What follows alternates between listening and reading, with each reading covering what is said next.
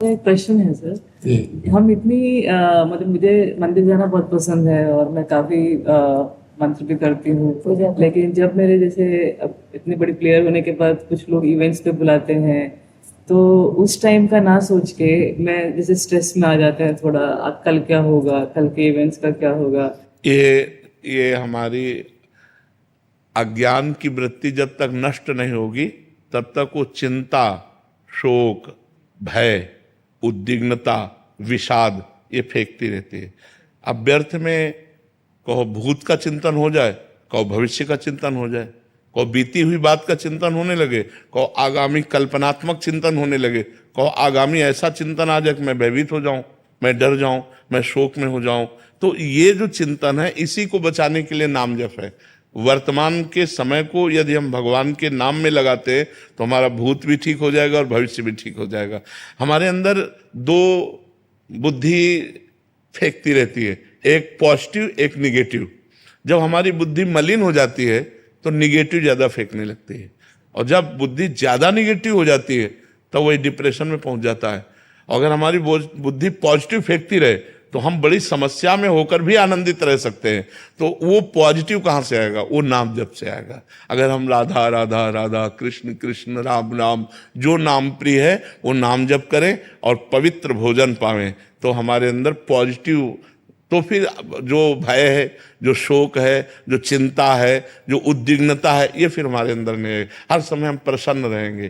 देखो जो भगवान के भक्तजन होते हुए कैसी भी परिस्थिति हो वो प्रसन्न रहते हैं, क्योंकि उनकी निगेटिव सोच खत्म हो जाती है, पॉजिटिव ही रह जाती है। तो पॉजिटिव में हर समय आनंद आता है। ये आदमी गाली दे रहा है, भगवान ने कृपा करके इसको भेजा है, मेरा कोई पाप है जिसको निवारण करने के लिए इसको निमित्त बनाया, और ये गाली, उसके प्रति भी बुरा नहीं सोच रहे, भगवान ने इसको निमित्त बनाया और वो हमें गाली दे रहा है तो हमारे किसी पाप का मार्जन हो रहा है। राधा राधा राधा राधा, वो शांत हो गया, वो बुरा ना उसका सोचा और ना कोई अंदर निगेटिव बात आई, एक आनंद आ गया। तो हम हर परिस्थिति में आनंद को प्राप्त करें, इसलिए नाम जप करो, खूब नाम जप करो। चंदमल जी, हैदराबाद से। हरी हरी बोल।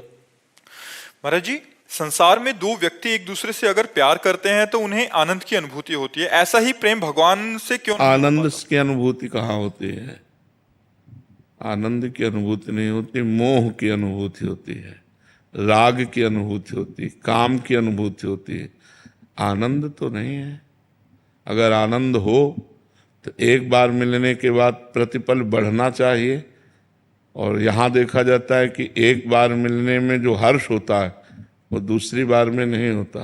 तीसरी बार, चौथी बार, 10 बार, 50 बार, जब 1000 बार मिलेंगे तो वो कम होता चला जाएगा, होता चला जाएगा ना, तो वो आनंद नहीं। आनंद तो प्रतिक्षण वर्धमानम, वो तो प्रतिक्षण बढ़ता है, वो सिर्फ भगवान से मिलता है।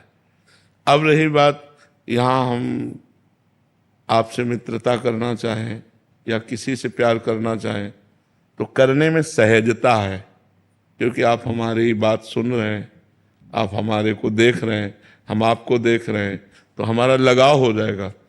लेकिन परमात्मा दिखाई तो दे नहीं रहा और हम उनको प्यार कर रहे हैं, ये उत्तर भी नहीं आ रहा। भाई उत्तर अगर आ जाए ना तब तो नाच पड़े। कोई झलक नहीं मिल रही, कोई चमत्कार नहीं दिखाई दे रहा, लेकिन आप जीवन मुक्त हो जाओगे, आप निश्चित परमात्मा को प्राप्त होगे। इंतजार करो, धैर्य पूर्वक नाम जप करो। इसीलिए कठिन है कि वो हमें दिखाई नहीं देते।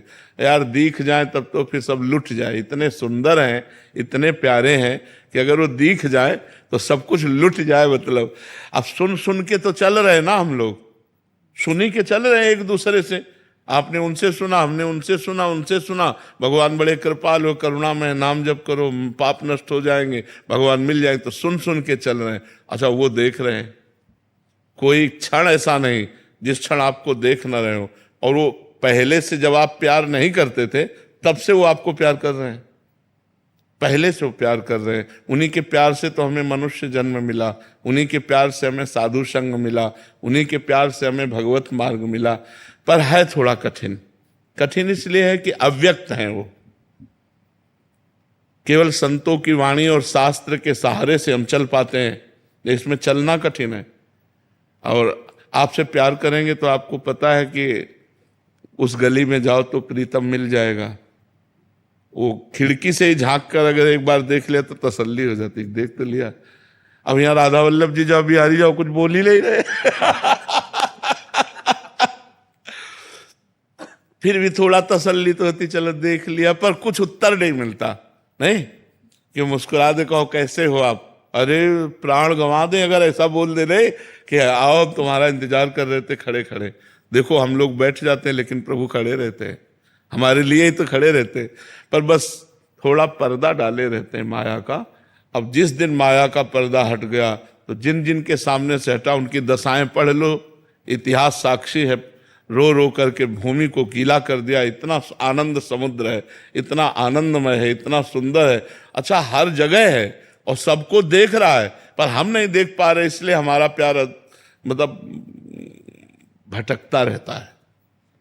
नहीं भटकता रहे, कभी स्त्री में, कभी पुरुष में, कभी पुत्र में, कभी धन में, कभी ऐसे, और अगर दिखाई दे दे तो पूरा प्यार से समेट कर भाग, क्योंकि सुंदरता की सीमा है, सुंदर है, सब कुछ है, तो हमारा और हमारे इष्ट हैं, हमारे अंशी हैं, हमारे सगे हैं, तो हमारा मन उनमें लग जाए।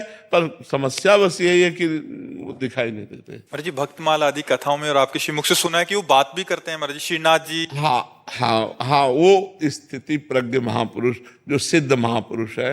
अब साधकों से समस्या देखो, हम कह रहे हैं आप जैसे पीएचडी पढ़ रहे हो, कोई खास बात नहीं है, आपको कोई पढ़ाए तो कोई खास बात है ककारा सिखाना। अगर खास मास्टरी समझो तो वो शुरुआत की जो पढ़ाई काका गाघा अंगा, और बड़ा की मात्रा और छोटा की मात्रा, इसमें मात्रा चढ़ाओ तो ये अक्षर क्या बन जाता है, ये सबसे खास पढ़ाई है। क्योंकि उस समय नादान बच्चा होता है और उसके दिमाग में डालना होता है। ऐसे ही खास सिद्ध पुरुष की बात नहीं, खास बात है साधक की, कि उसे विषय आकर्षित कर रहे हैं, भोग आकर्षित कर रहे हैं, और वो बचकर भगवान की तरफ चलना चाहता है। उसकी जो लड़ाई है, सिद्ध हो गया तब तो क्या बात है, खास तो उसकी बात है, उस साधक की बात जिसको विषय फिसला रहे हैं और वो भगवान की तरफ चलना चाहता है, पर वो अंदर इतनी कूड़ा करकट जमा इतना, तो भगवान ही संत रूप में आके हाथ पकड़ते हैं गुरु रूप में, और धीरे धीरे धीरे धीरे धीरे तो वो जब सिद्ध हो जाता है तब भगवान साथ रहते हैं हर समय। ये अनुभव हो जाता है, वो आंखों से भगवान के रूप को देखता है, हृदय से भगवान का स्पर्श पाता है, वो निहाल हो जाता है। पर इसके लिए हमको खूब भजन करना पड़ेगा, संयम से चलना पड़ेगा, और सत्संग एक नया हमें जीवन देता है, सत्संग एक नया जीवन देता है, सत्संग एक नवीन उत्साह देता है। देखो माया का काम है डिस्चार्ज करना, आप चाहे जितनी बैटरी भर दो डिस्चार्ज होती कि नहीं। अध्यात्म के लिए हमें चार्ज चाहिए, तो हमें जैसे सिद्ध महापुरुष, संत महापुरुष या अच्छा साधक मिला और उससे बात की तो हम चार्ज हो जाते हैं, हमारे अंदर एक उत्साह आता है भगवत प्राप्ति के लिए, एक नवीन उत्साह। नहीं और कोई बल तो है नहीं, प्रगट में कोई बल नहीं, प्रगट में हमें कोई बल नहीं दिखाई देता कि जिससे हम भगवान की तरफ चल पाए। नाम जपो तो मन नहीं लगता, पवित्र भोजन की तरफ मन नहीं जाता, भगवान कहाँ से प्यारे लगे, भगवान कहाँ से प्यारे लगे। भोजन हमारा रजोगुणी है, हमारा संग रजोगुणी है, हमारा दृश्य, तो इधर हमारा बहुत जल्दी प्रेम हो जाता है, संसार में बहुत जल्दी राग हो जाता है, और इधर कोई प्रेम का निर्वाह नहीं करता, कोई प्रेम का निर्वाह नहीं कर सकता, क्योंकि यहां का प्रेम होता है अपने लिए, और प्रेम का स्वरूप है सामने वाले के लिए। हम जिससे प्यार करते हैं उसके सुख के लिए बलिदान हो जाना, ये आता नहीं है यहाँ। तो इसे प्यार नहीं कहते, इसे काम कहते हैं, इसे राग कहते हैं। भगवान का नाम, भगवान की लीला कथा और भगवान के भक्तों का संग, यही सहारा है भगवान से प्यार होने के लिए, दूसरा कोई सहारा नहीं।